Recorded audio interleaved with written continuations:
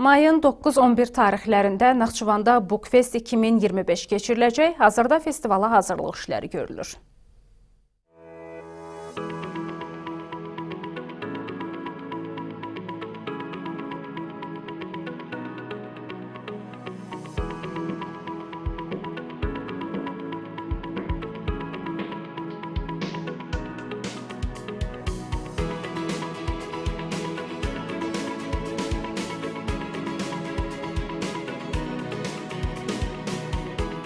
Bookfest Naxçıvan Kitab Sərgisi 2025-in açılış mərasimi may ayının 9-da saat 10:00-da başlayacaq və qeyd edək ki, tədbir 3 gün davam edəcəkdir. Naxçıvan şəhər İcra Hakimiyyəti tərəfindən tədbirin keçiriləcəyi ərazidə stendlər qurulacaqdır. Həmçinin tədbirdə 20-dən artıq nəşriyyat evinin rəhbəri və yazıçılar da iştirak edəcəkdir. Xüsusilə qeyd etmək istəyirəm ki, tədbirin ikinci günündə, yəni may ayının 10-da tanınmış müğənni Samir Cəfərov konsert proqramı ilə çıxış edəcəkdir. Konsertin sonunda isə möhtəşəm atəşfəşanlıq təşkil olunacaqdır.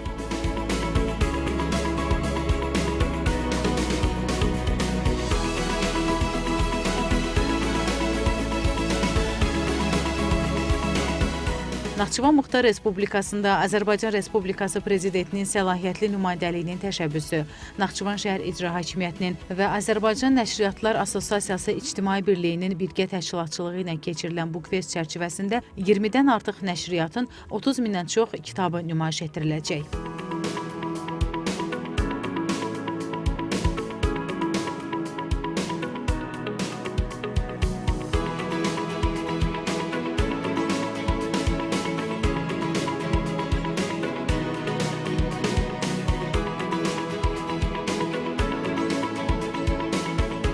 Festivalda tanınmış yazıçıların iştirakı, oxucularla görüşlər və imza günləri, panel müzakirələr də təşkil olunacaq.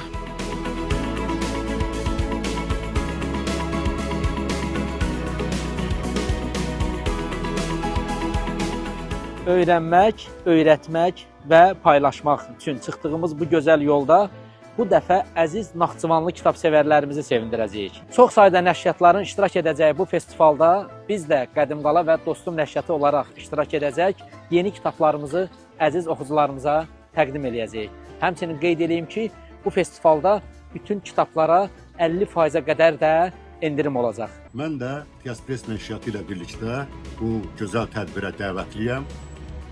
Ona görə də ayın 9-u səhər açılışda iştirak edəcəm.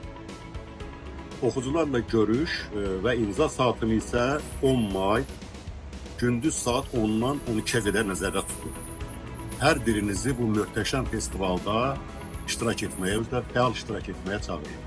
Əziz Naxçıvanlılar, hər birinizə salamlar. Gözəl şəhərimizdə keçirilən Bookfest kitab bayramında mən Dilşad Talıbova özümün Eşqin adı sənsən, Dostluq yoxsa məhəbbət kitabları ilə iştirak edəcəm. Və 9 may 14:00-da Tiaspres nəşriyyatının stendində olacaq. Hər birinizi səbirsizliklə və həyəcanla gözləyirəm. Həsən Məmmədov, Arzu Sadiqov, NTV Xəbər.